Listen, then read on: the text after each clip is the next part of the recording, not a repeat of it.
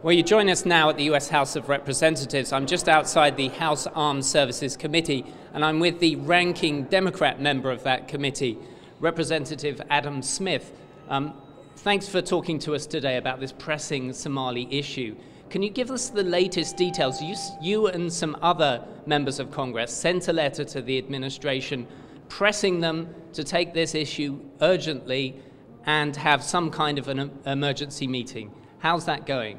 Well, we're having the discussions, but regrettably it's not going very well. They're not making the changes at this point that are necessary, because we have incredibly aggressive regulations on transferring money to a variety of different countries, but Somalia more than any. That's the presence of al-Shabaab, the lack of a central government over there for a number of years. They are trying to cut off financing for terrorists. So they have incredibly aggressive regulations for all financial institutions who would be transferring money there. And most financial institutions have looked at those regulations and said, we don't want to have anything to do with this. So now Somali Americans cannot get the money back to their family and to their friends and people who desperately need it in Somalia because they don't have a legitimate financial option for doing that. We need a legitimate financial option. We need to give a clearer set of regulations so that American financial institutions feel comfortable doing this, or the federal government, the federal treasury, could conceivably be a transfer organization. This is what they've done in Great Britain. They've used their government as one of the transfers things. But the one point that I really want to drive home is just how important this is. This is literally life or death for people in Somalia. They are dependent upon that money as much as anyone is dependent upon a salary. And the blocks that have made it difficult to get that money to them is causing an amazing, just a terrible amount of human suffering. Also, you're on the Armed Services Committee. National security is one of your specialisms.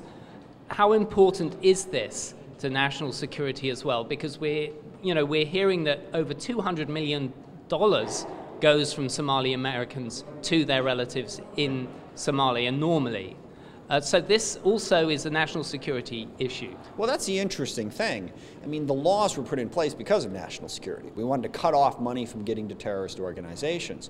But if we cut off money from getting to Somalia and further destabilize Somalia, and they're just starting to make some progress. They're just starting to get something that looks vaguely like a central government, and to be able to govern themselves and be able to move forward, make it more difficult for al-Shabaab to take advantage of the chaos. Look, if we cut off the money to these people, we create more chaos and we create more of a terrorist threat coming out of Somalia. So this is a problem that needs to be solved, not just because of the humanitarian crisis that we talked about earlier, but it's a matter of national security to get Somalia back to a place where it is a reasonably stable country.